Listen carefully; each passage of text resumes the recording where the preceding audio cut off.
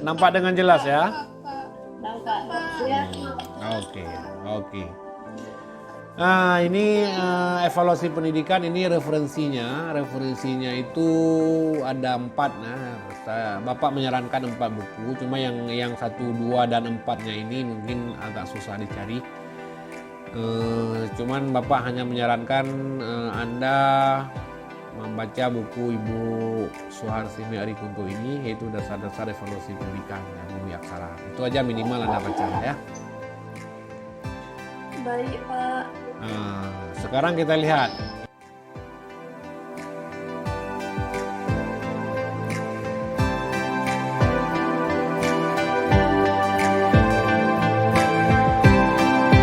Artian atau makna evaluasi.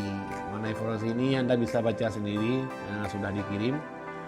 Yang paling penting dari makna evaluasi pendidikan ini adalah fokus bahasanya, yaitu evaluasi pendidikan dalam institusi pendidikan yang berkaitan dengan hasil belajar. Nah, ini yang fokus kita. Nah, kenapa evaluasi itu penting? Nah, ini informasinya seperti ini ya. Informasi untuk evaluasi ini, yang pertama itu ada input ya. Input ini adalah bahan mentah atau yang dimasukkan untuk transformasi. Dalam hal ini calon siswa ya, yang perlu dinilai kemampuan awalnya. Jadi misalnya contohnya input ini Anda di saat Anda masuk ke unsiah dulu ikut testing. Ikut testing itu adalah proses input. Kemudian setelah diterima di unsiah di FKIP, Anda ditransformasi. Ditransformasi artinya diproses Anda ini, diproses belajar dengan harapan suatu saat nanti Anda menjadi sarjana, begitu ya. Nah, sarjana itu sudah output. Nah, jadi Anda input, kemudian nanti setelah jadi sarjana output, apa yang Anda bawa dari output ini itu berdasarkan transformasi ini. Kemudian proses untuk menghasilkan Anda sebagai seorang sarjana, maka selama transformasi ini Anda mengalami evaluasi. Ada berapa banyak evaluasi yang harus Anda lakukan ya? Mulai biologi umum, anatomi tumbuhan, dan berbagai macam mata kuliah itu ada evaluasinya. Dan yang terakhir evaluasi adalah skripsi. Apabila Anda sudah memenuhi semua hasil evaluasi ini, maka keluarlah Anda sebagai seorang sarjana atau output. Nah, seperti itu. Yang anehnya untuk proses pembelajaran satu sesi, misalnya ada siswa kita di SMA atau di satu kelas, itu kita anggap input. Kemudian Anda mengajar satu topik pelajaran, yaitu misalnya fotosintesis atau struktur tumbuhan. Kemudian outputnya apa yang Anda harapkan dari output ini, dari output pembelajaran itu. Nah, itu namanya proses yang terus kontinu. Dalam proses pembelajaran ada umpan balik. Misalnya kalau Anda mengajar tidak berhasil, kemudian nanti Anda evaluasi diri, kemudian akan mengulang memperbaiki di masa yang akan datang.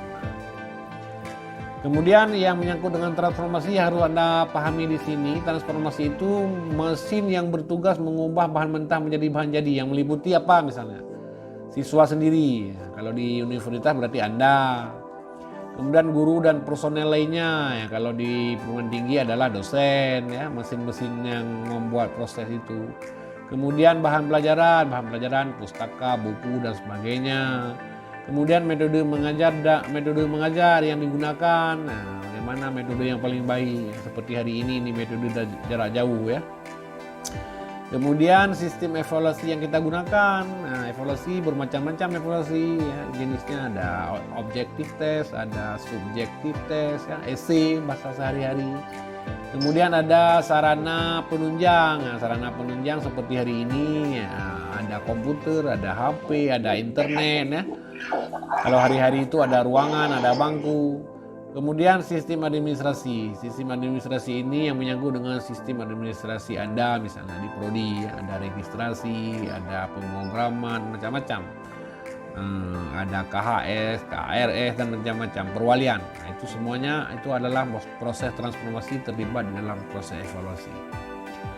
Kemudian umpan balik semua informasi yang berkaitan dengan output ya. Jadi setelah Anda selesai nanti kami kalau di prodi itu akan memantau bagaimana alumni kita.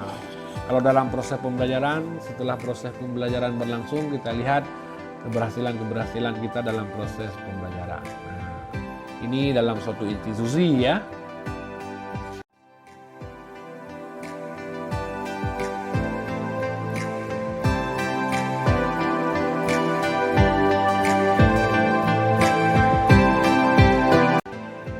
Kemudian prinsip evaluasi itu ada 3. Prinsip evaluasi. Nah, ini tidak boleh lepas ini 3 ini. Yang pertama kita mulai dari tujuan. Jadi setiap kita mengajar itu pasti ada tujuan. Ya. Tidak mungkin seorang guru mengajar tanpa tujuan.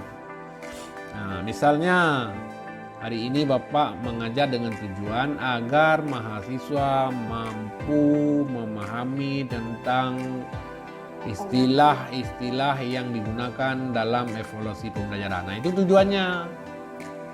Kemudian setelah ada tujuan, baru Bapak melakukan KBM, kegiatan belajar mengajar. Nah, ini hari ini sedang berlangsung KBM-nya, jarak jauh ya.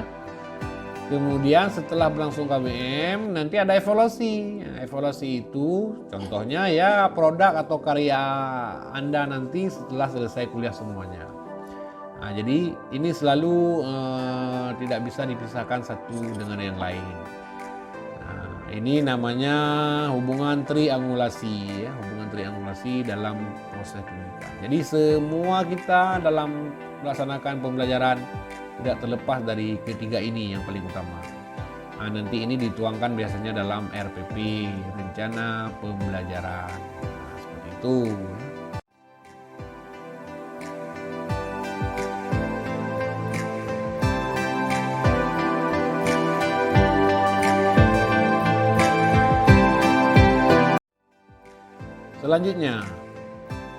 Selanjutnya dalam evaluasi itu memang ya ada 3 istilah yang sangat penting, yaitu pengukuran, evaluasi, dan penilaian. Nah, sebelum kita bahas, saya mau menanya kepada Anda, coba beri tanggapan. Ini urutan yang benar yang mana? Apakah pengukuran dulu, evaluasi dan penilaian? Atau evaluasi, penilaian, dan pengukuran, atau pengukuran, penilaian, dan evaluasi. Ya, coba beri komentar. Pengukuran, baru evaluasi.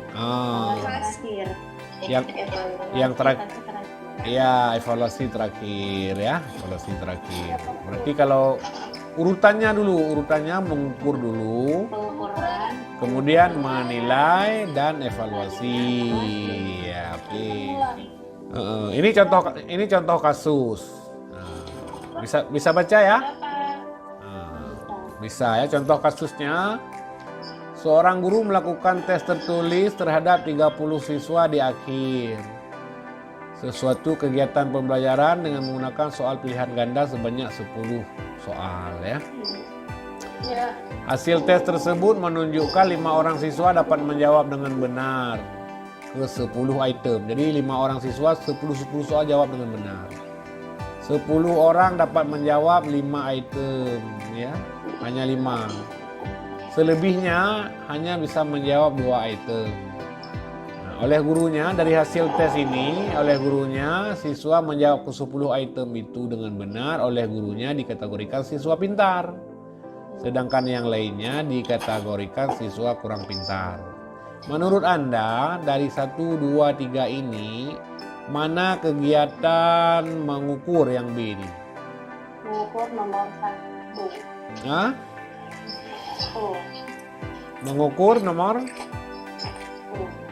1. Yang lain, menilai? Menilai nomor 3. Lalu mengevaluasi? Kalau evaluasinya keputusan guru yang menganggap bahwasannya murid yang bisa menjawab benar berarti itu yang pintar. Oke. Mengukur yang mana? Kalau mengukur angkanya Pak. Ya, melakukan tes. Hasil angka dalam bentuk skor. Iya, itu mengukur, diukur dengan tes ya. Ya, Pak. Lalu mengevaluasi, Evaluasi udah tadi. Keputusan, Pak. Keputusan, Pak. Bahwasannya yang saya itu apa, Pak? Oh begitu. Ini jawabannya ini udah ada nih. Apa, Pak? Gimana? Mengukur itu membandingkan sesuatu dengan ukuran dan bersifat kuantitatif. Nah itu tadi memberi tes. Nah itu mengukur ya. Ya, Pak. Alat ukur yang digunakan apa? Tes dan Perangkat. Enggak, alat ukur yang digunakan itu soal, item tes ya. Itu alat ukurnya. Kemudian hasil alat ukurnya perangkat tes ya. Kemudian menilai itu hasil tes diolah yang tadi gurunya itu memberi label siswa pintar dengan siswa kurang pintar, itu menilai. Kalau evaluasi itu merupakan kegiatan mengukur dan menilai, begitu. Paham? Jadi betul ya, Pak, evaluasi. Evaluasi apa? Jadi kalau misalnya Bapak ngomong sekarang, apa yang dimaksud dengan evaluasi? sesuatu yang mengukur Kegiatan mengukur dan menilai. Ini seperti itu, gampang evaluasi itu. Evaluasi itu adalah kegiatan mengukur dan menilai. Udah selesai. Coba diulang, apa yang dimaksud dengan evaluasi?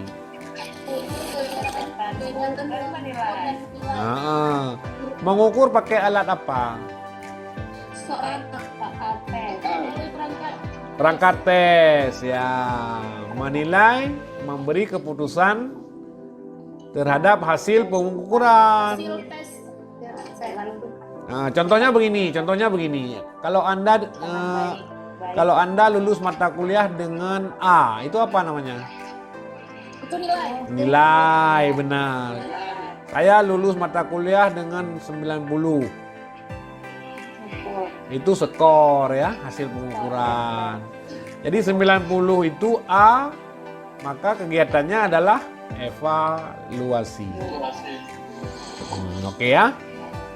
Ya, Pak. Beda dengan mengukur di biologi. Misalnya Anda mengukur panjang pensil. Alat ukurnya apa?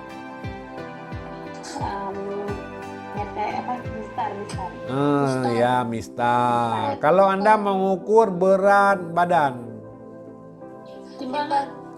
timbangan. Nah, alat ukurnya yang digunakan timbangan. Timbangan itu nggak usah dibuat, tinggal beli ya. Nah, misalnya timbangan, yang satu orang gemuk, yang satu orang kurus, Anda timbang. Nah, yang berat badannya 80 kilo diberi label gemuk ya. Yang berat badannya 40 kilo diberi label kurus. Nah, label gemuk dan kurus itu apa namanya? Nilai ya, menilai ya. Jadi evaluasi itu menimbang berat badan dan memberi label gemuk dan kurus, itu evaluasi. Oke. Nah, cuma dalam pendidikan alat ukurnya itu tidak bisa dibeli, harus dibuat. Nah, harus dibuat dan diuji. Nah, itu alat ukurnya kalau di pendidikan. Beda dengan di biologi murni ya, misalnya mengukur garam, berat garam, mengukur jumlah air. Nah, itu bisa kita pakai alat. Sedangkan untuk evaluasi di pendidikan tidak bisa. Jadi semua alat ukur itu guru yang buat. Nah, makanya Bapak memberi tugas tadi membuat alat ukurnya dulu sebelum mengukur. Paham ya? Lanjut.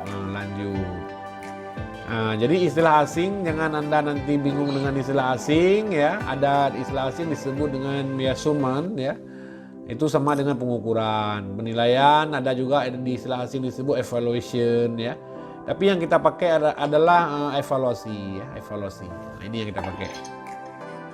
Evaluasi. Berarti di dalamnya ada kegiatan mengukur, mengukur dulu, mengukur dan menilai ya, seperti itu.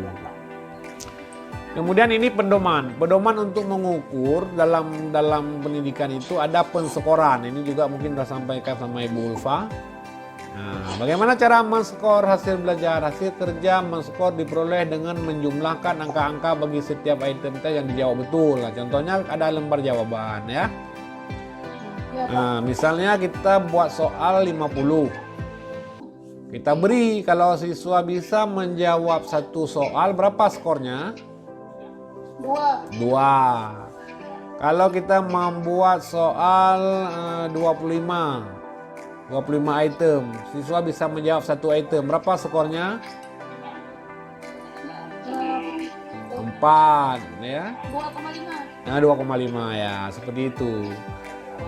Kemudian ya kalau kita buat soalnya 100, soal 100, kalau dia bisa jawab maka 1 ya. Kalau dia bisa jawab semuanya maka skornya 100. Nah, begitu penskoran. Jadi diperoleh dengan lembar jawaban. Tapi kalau untuk soal esai, setiap soal harus diberi skor seperti Bapak tadi ya, menilai karya tulis Anda itu diberi nilai maksimum. Ada penskorannya. Ya, ada patokannya, Pak. Ada patokannya, benar. Kalau yang menilai itu angka diubah menjadi acuan standar. Misalnya ya tadi A, B, C, tingkat lulus ya. Gemuk, kurus, panjang, pendek, nah, itu namanya menilai. Alat bantunya ini kunci jawaban misalnya ya. Benar salah, kemudian kunci scoring, kemudian pedoman penilaian dan sebagainya. Ini alat-alat bantu yang digunakan dalam evaluasi.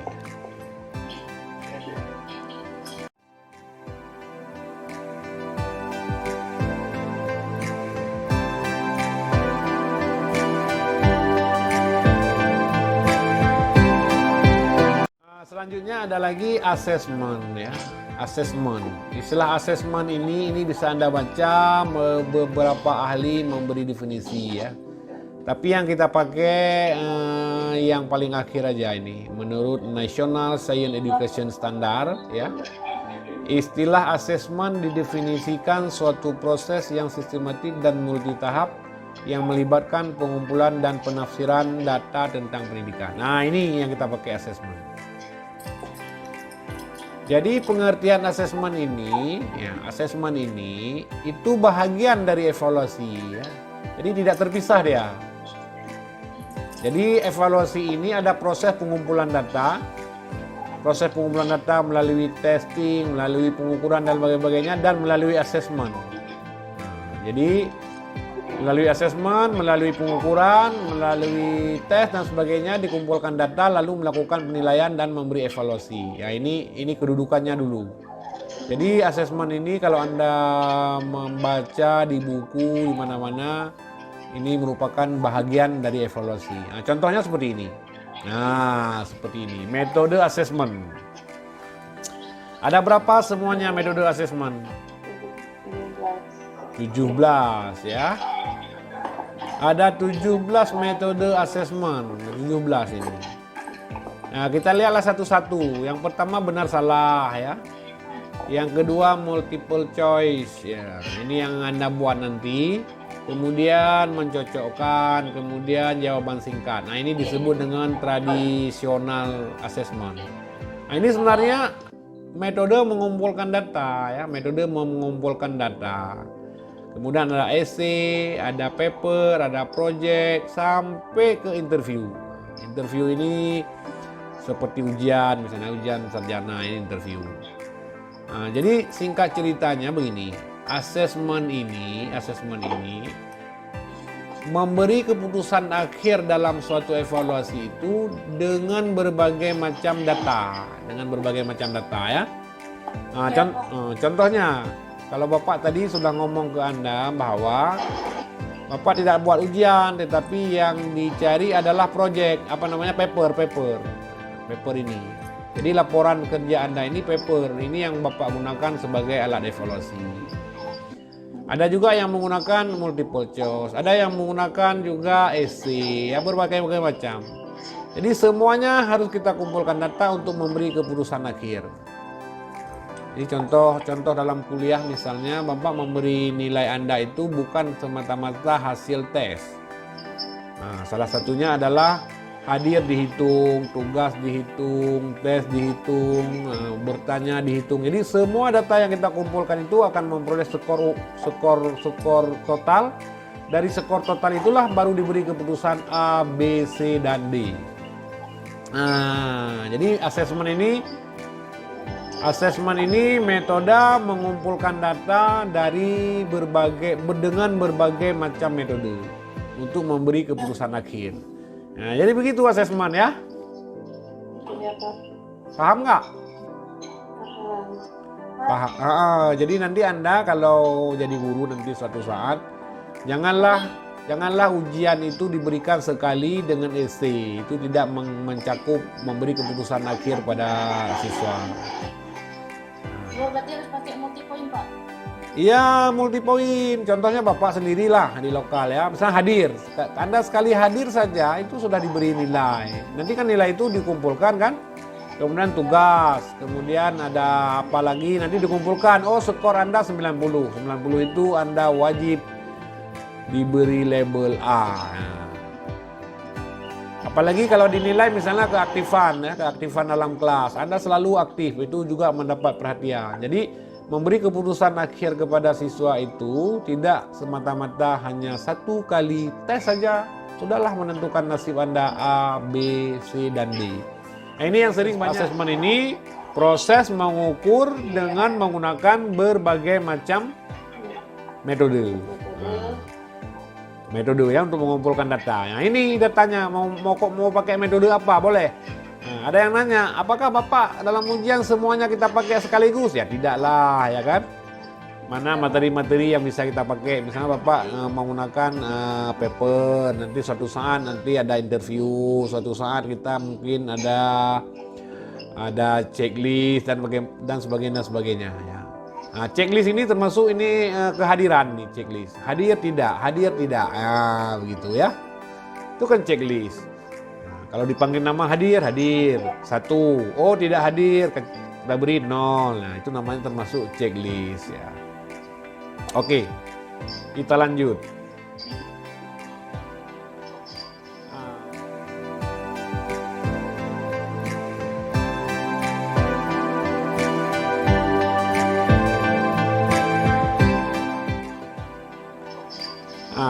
Dalam mengukur hasil belajar biologi itu apa ya? Apa hasil belajar biologi yang kita ukur? Jadi yang diukur dalam hasil belajar biologi itu kebanyakan sekarang yang Anda alami itu adalah yang mana? Pengetahuan kan? Pengetahuan yang diukur ya. Yang kebiasaan berpikir tingkat tinggi itu jarang diukur. Kemudian keterampilan proses, nah ini ada di laboratorium di lab, nah, ada ya. Kemudian kerja ilmiah tergantung mata kuliah atau ada atau tidak. Kemudian sikap ilmiah juga. Kemudian apa lagi? Kemudian penilaian pembelajaran biologi. Kapan dilakukan? Selama proses pembelajaran, di akhir pembelajaran, atau penggalan pembelajaran. Mana menurut Anda yang paling bagus?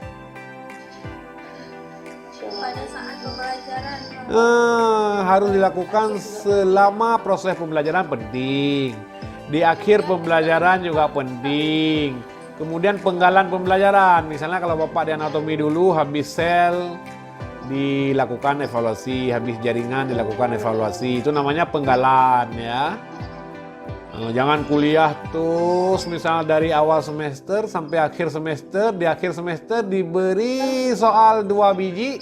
Dengan soal 2 biji itu dinyatakan lulus tidaknya Anda. Itu tidak adil ya.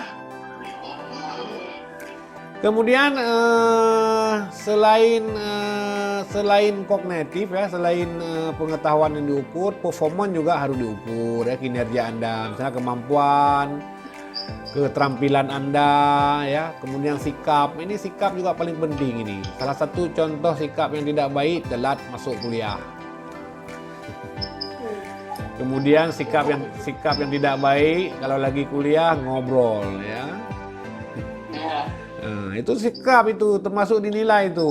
Yang tidak peduli itu sikap. Kemudian wawasan, ya, penguasaan konsep ini yang kognitif, cara kerja ilmiahnya, kecerdasan emosional, ya. Kemudian miskonsepsi, ini yang sering diwanti-wanti sama Bapak. Jangan sampai kita miskonsep. Miskonsep ini menggunakan kata-kata atau istilah dalam proses pembelajaran yang keliru. Nah, itu miskonsep, ya. Kemudian adanya perubahan konsepsi. Perubahan konsepsi begini.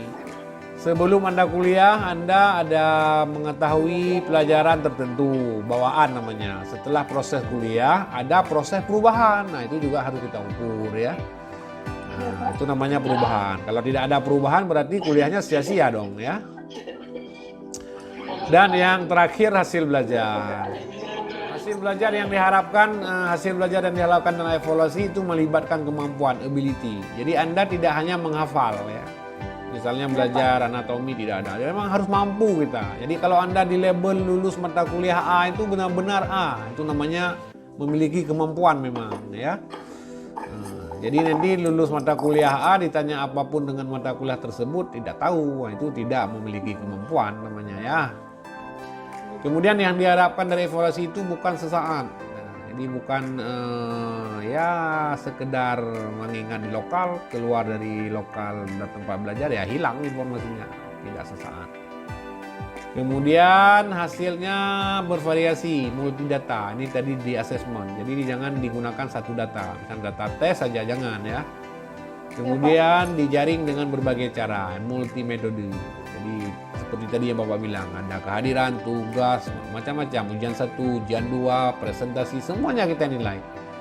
Nah, jadi harus multi metode.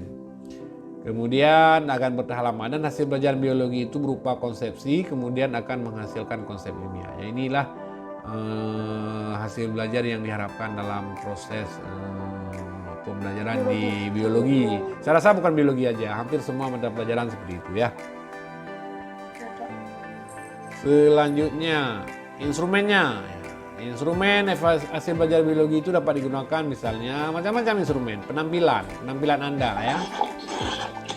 Penampilan Anda itu juga dinilai. Masa pergi kuliah pakai jeans, pakai duster, ya.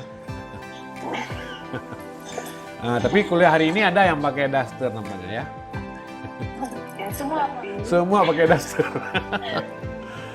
Kemudian ke komunikasi personal, kemampuan Anda berkomunikasi. Makanya kadang-kadang kan kalau Bapak sendiri di lokal sering nanya, kenapa ditanya suruh jawab? Itu untuk melihat bagaimana komunikasi personal Anda, ya. Nah, ada yang mampu komunikasi dengan baik, ada yang tidak mampu komunikasi dengan baik. Nah, itu namanya komunikasi personal. Nah, itu juga perlu dinilai. Kemudian tes tertulis ini udah biasa, ya, udah biasa ini tes tulis. Kemudian portofolio itu tugas, misalnya laporan praktikum dan sebagainya itu portofolio. Kemudian wawancara individu, nah, ini jarang digunakan ini. Sebenarnya ujian paling baik, evaluasi paling baik wawancara, ya. Contoh implementasi dalam pembelajaran itu adalah ujian sarjana, itu wawancara. Kemudian menggunakan peta konsep. Menggunakan peta konsep ini juga Bapak sudah pernah melatih Anda dulu di anatomi, di antum, ya. Itu juga proses evaluasi, ya. Kemudian menghasilkan produk atau karya. Contohnya ya nanti Anda akan menghasilkan karya evaluasi, ya. Kemudian ada task and rubrik dan lain-lain, ya. Ini instrumen-instrumen evaluasi hasil belajar biologi yang dapat kita gunakan. Nah, sekarang kalau saya tanyakan, mana Anda yang sudah mampu membuat instrumen ini? Belum kan? Belum lah. Baru belajar evaluasi, ya. Baru Bapak mau membuat Anda itu merancang tes tertulis yang bentuk item tes. Nah, baru satu, padahal yang lain-lainnya masih ada banyak sekali, ya. Nanti kalau diajarkan semua mata kuliah ini 4 SKS baru selesai, ya. 4 SKS. Baru selesai itu, ya. Nah, sekarang bahagian Bapak, ya.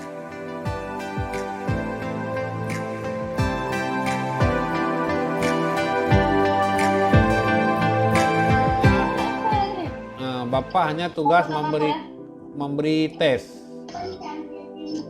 Dan tes ini pun tidak semuanya bisa diberikan. Essay test tidak bisa diberikan, hanya bisa diberikan objektif test. Ya. Oke, kita mulai dengan tes. Yang pertama, pengertian tes. Apa pengertian tes? Ini juga banyak para ahli ini yang menggunakan. Ya. Banyak ahli ini dapat Anda baca sendiri. Bapak hanya menggunakan yang nomor 3 ini. Ya, definisi yang terakhir ini. Tes adalah serentetan pertanyaan, latihan, atau alat lain yang digunakan untuk mengukur keterampilan, mengukur pengetahuan, mengukur intelijensi, mengukur kemampuan atau bakat yang dimiliki oleh individu atau kelompok. Ini pengertian yang terakhir. Jadi dalam pendidikan ini yang diukur biasanya yang mana? Mengukur keterampilan, mengukur pengetahuan. Intelijensi enggak juga. Kalau intelijensi itu mengukur intelijensi, mengukur IQ ya. Mengukur kemampuan bakat juga. Yang dilakukan terhadap individu ya individu atau kelompok. Ya, kelompok mana? Misalnya kelas ya, satu rombel, nah itu satu kelompok. Jadi yang lainnya benar-benar juga, cuma yang lebih lengkap diberikan oleh definisi oleh Webster College ini ya.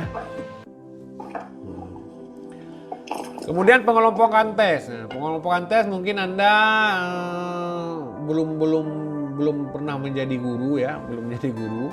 Jadi tes ini macam-macam, ada tes diagnostik. Tapi ini udah jarang sekali dilakukan. Itu biasanya dilakukan 5 tahun atau 10 tahun sekali ya.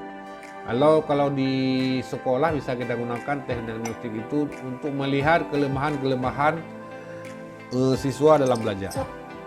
Misalnya Anda mengajar fisiologi tumbuhan atau sistem ekspresi. Siswa di mana saja yang tidak mengerti, yaitu kita beri tes diagnostik seperti ini ya.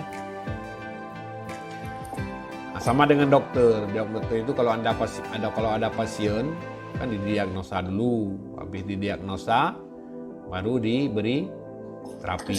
Ya, kalau guru juga begitu. Guru itu mana siswa-siswa kita yang tidak paham tentang itu, lalu nanti diberi bantuan. Nah, itu tujuan tes diagnostik. Tapi ini jarang dilakukan ya, jarang dilakukan. Kemudian ada tes formatif. Ini sudah tahu Anda ini. Tes yang mengetahui sejauh mana siswa telah berhasil mengikuti suatu program tertentu pembelajaran. Dilakukan pada setiap akhir program. Nah, saya materi kuliah 1 ujian, materi kuliah 2 ujian, materi kuliah 3 ujian, materi kuliah 4 ujian. Kumpul semuanya itu materi yang sudah dikuasai ya nanti. Nah, kalau yang ini yang belum dikuasai. Apa manfaat tes formatif bagi siswa? Yaitu umpan balik bagi siswa dan guru untuk menilai suatu unit program. Nah, ini tujuannya. Kemudian ada tes sumatif. Tes yang diberikan setelah berakhirnya pembelajaran sekelompok program pembelajaran atau sebuah program yang lebih besar. Misalnya program perkuliahan evaluasi pengajaran. Di akhir ya materi 1 diberi, materi 2 udah dikasih, materi 3 udah dikasih, materi 4 udah dikasih. Terakhir beri ujian sekali. Itu namanya tes sumatif. Ya. Kemudian hal-hal yang berkaitan dengan tes. Nah, ini juga perlu Anda pahami. Yang pertama testing. Berkenaan dengan saat waktu tes dilakukan. Misalnya Anda sedang mengikuti tes di suatu tempat. Mana si Fulan? Oh, si Fulan lagi testing. Nah, itu berarti sedang berlangsung ya. Maksudnya tes. Ya, kalau pengikut tes sedang berlangsung itu namanya testing ya. Kalau testi itu responden yang sedang mengerjakan tes. Kalau tester orang yang melakukan tes. Orang yang melakukan tes untuk setiap melaksanakan pengembangan tes terhadap responden. Nah, ini istilah. Jadi yang Anda nanti ditanya testing, apa testing? Nah, testing berarti ada orang sedang melakukan tes, sedang berlangsung ya. Ya, seperti. Ya. Selanjutnya langkah-langkah penyusunan tes seperti ini ya. Bagaimana langkah-langkah yang harus kita tempuh dalam menyusun sebuah tes ya. Yang pertama menentukan tujuan tes dilakukan. Untuk apa tes dilakukan? Nah, misalnya tes ini untuk mengukur hasil belajar biologi tentang metabolisme, nah, seperti itu ya. Kemudian yang kedua yaitu menentukan bentuk tes. Bentuk tes itu harus Anda tentukan bentuknya. Bentuk apa misalnya? Bentuk esai, bentuk pilihan ganda, atau bentuk benar salah, atau bentuk lain. Nah, itu harus ditentukan ya. Kalau tidak kita tentukan nanti bingung nih, saya mau pakai bentuk tes apa ya. Selanjutnya menentukan jumlah soal yang akan dibuat. Nah, bagaimana cara menentukan jumlah soal yang akan dibuat? Nah, tentunya jumlah soal itu harus mengcover semua materi pelajaran. Nah, semakin banyak materi pelajaran yang diberikan ya semakin banyak soal yang harus kita buat. Nah, seperti itu, semakin sedikit jumlah yang materi pelajaran yang kita sampaikan ya sedikit soalnya. Jadi minimal prinsipnya harus mengcover semua materi pelajaran. Yang keempat, menentukan aspek yang ingin diukur. Mana aspek yang ingin diukur? Aspek pengetahuan. Nah, misalnya proses kognitif berdasarkan taksonomi Bloom kalau aspek pengetahuan. Kemudian ada aspek keterampilan, nah itu lain lagi ya. Nah, ini aspek pengetahuan saja. Itu proses harus berdasarkan taksonomi Bloom yang tersebar dalam item test yang memuat seluruh indikator pembelajaran. Kemudian setelah kita menentukan tingkat taksonomi Bloom ini, nanti ada contohnya, yaitu menentukan atau membuat kisi-kisi tes. Ini untuk mengontrol penyebaran aspek pengetahuan ya. Kemudian menguji validitas, menguji daya beda, kemudian tingkat kesukaran, kemudian reliabilitas tes, kemudian butir tes yang tidak memenuhi kriteria nanti akan dibuang. Nah, selanjutnya membuat petunjuk penggunaan tes, mempersiapkan lembar jawaban, kunci jawaban, bobot item tes. Dan yang terakhir, yang ke-9, yaitu tesnya dibukukanlah. Jadi begini kira-kira langkah-langkah menyusun tes. Nah, jadi nanti yang Anda kerjakan yang ini. Menentukan tujuan tes itu udah ya. Menentukan bentuk tes berarti yang bentuk pilihan ganda. Nah, jumlah soal yang dibuat Bapak minta 40 tadi ya. Kemudian mengukur aspek ini taksonomi Bloom bagaimana gitu. Kemudian membuat kisi-kisi dan seterusnya ya. Jadi ini semua Anda lakukan dalam tugas 2 nanti. Nah, ini buku taksonomi Bloom yang asli ya. Jadi yang perlu Anda perhatikan di taksonomi Bloom ini tingkat ini nanti Anda baca sajalah. Yang paling penting Bapak ingin sampaikan yang ini. Nah, ini urutan taksonomi Bloom sebelum direvisi ya urutannya. Sebelum diganti yang C itu Pak. Nggak ada C ya. Ini yang baru. Nah, ini yang baru. Ada creating. Ini yang baru. Ada nggak di sini ditulis C? Nggak ada ya. Jadi ini yang baru. Jadi mulai remembering, understanding, applying, analisis, evaluasi, dan creating. Nah, creating ini paling tinggi ini. Nah, contoh creating itu adalah Anda membuat laporan nanti, itu creating namanya ya. Iya Pak. Jadi semakin ke atas, ini tingkat berpikirnya semakin tinggi. Nah, semakin ke atas semakin tinggi, maka dikatakan di sini low order thinking, lots. Ya. Dan semakin ke creating ini sudah hot. Nah, jadi Anda jangan nggak tahu hot apa itu, lot apa. Yang hot itu adalah Creating, evaluating, sama analisis. Bukan, pokoknya semakin ke bawah ini semakin hot, semakin ke atas semakin lots ya. Nah, ini caranya begitu bacanya, tidak ada pengcoveran ya. Di buku ini tidak ada pengcoveran. Nah, pokoknya yang kalau remembering, understanding itu adalah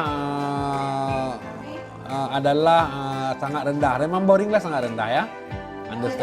Understanding sudah tinggi sedikit, applying sudah tinggi, analisis sudah tinggi lagi, evaluasi sudah tinggi, creating paling tinggi. Nah, begitu kira-kira. Nah, ini yang sudah dibahas tadi Dimensi pengetahuan kognitif dalam menyusun instrumen evaluasi, ada dimensi pengetahuan, ada dimensi kognitif. Ini yang taksonomi belum tadi. Nah, taksonomi belum tadi ada 6 tingkatan tadi yang baru ya. Mulai mengingat, dalam ini menganalisis, mengingat, recalling, kemudian understanding itu menafsirkan, memberi contoh, meringkas, menarik kesimpulan, menjelaskan ya. Kemudian aplikasi dan seterusnya.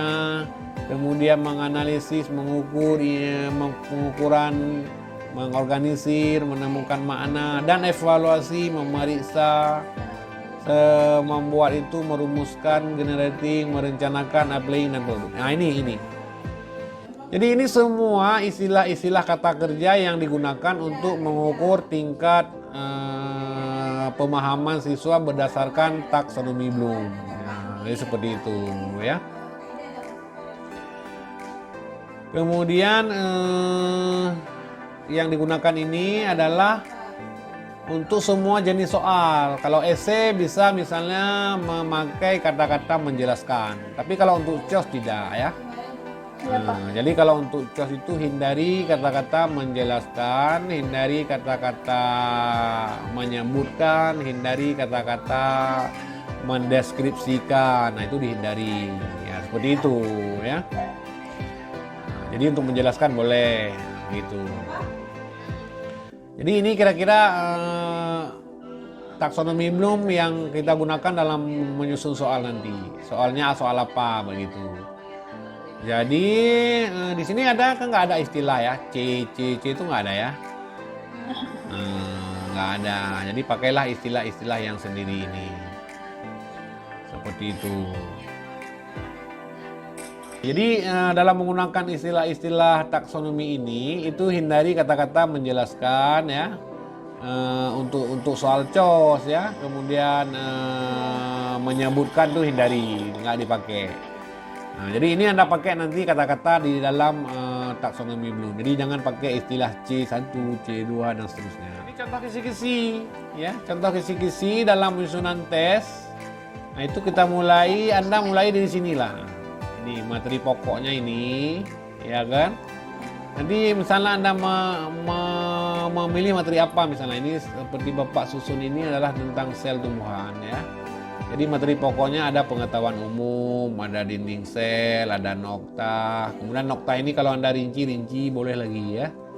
Nah, rinci boleh lagi rinci. Kemudian ada plasmodesmata dan seterusnya. Nah, kemudian misalnya nokta. Nokta ini itu kalau Anda rinci jumlah soal yang dibuat 14 ya kan. Kemudian yang mengingat soal 78.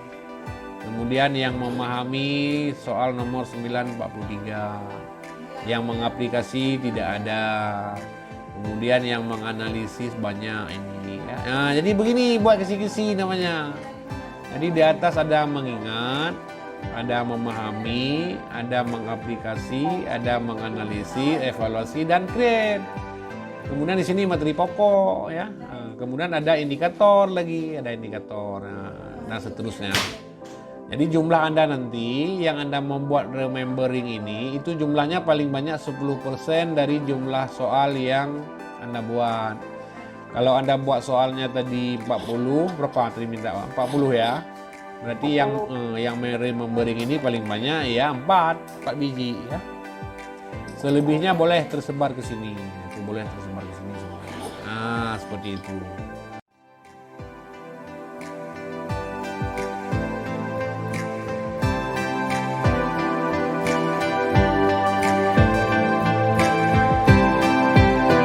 Ini contohnya nanti yang contohnya kisi-kisi yang Anda buat nanti ya. Contohnya kira-kira seperti ini. Nanti Bapak share di PowerPoint juga ada. Misal pokok bahasan begini.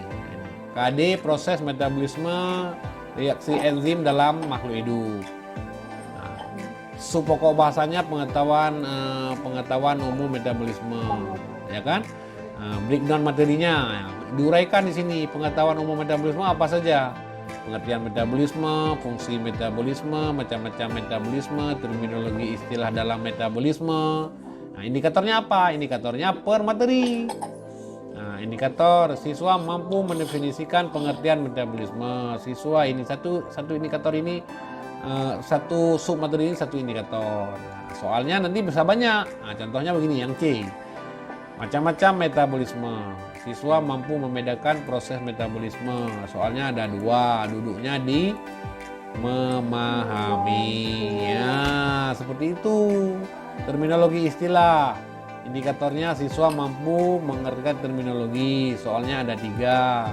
Kemudian di memahami ada 2. Kemudian di menganalisis ada 2. Nah, begini kisi-kisi yang Anda buat nanti ya. Paham?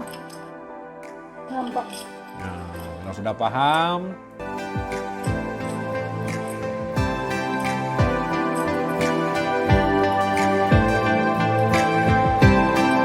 oke, jadi sampai di sini dulu lah. Nah, jadi Anda merancang kisi-kisi ini sambil menjawab tugas 1, minimal kisi-kisi ini yang paling lama ini ya. Membuat kisi-kisi ini. Yang tadi yang ditunjukkan tadi ada sub ini, ada materi pokok, ada breakdown materi, ada indikator. Di indikator ada soal dan dibuat tabel seperti ini. Nah, ini tugas yang Anda paling berat di sini. Jadi tugas untuk beberapa hari ini sampai minggu depan itu Anda sudah punya minimal kisi-kisi ini rencana yang akan Anda buat. Kemudian Anda pilih materi. Udah capek sekali dari kemarin kuliah online terus, hari Sabtu kuliah online ya kan, mempersiapkan video. Itu coba kunjungi di IG itu kemarin produk kuliah biologi pertumbuhan ada di di IG, udah Bapak posting supaya Anda dapat belajar. Yang penting jangan ketinggalan informasi ya. Iya Pak. Iya Pak. Oke, dengan demikian sampai di sini aja dulu. Iya Pak. Oke. Oke, dah semuanya. Dah. Assalamualaikum. Ulang kali. Waalaikumsalam.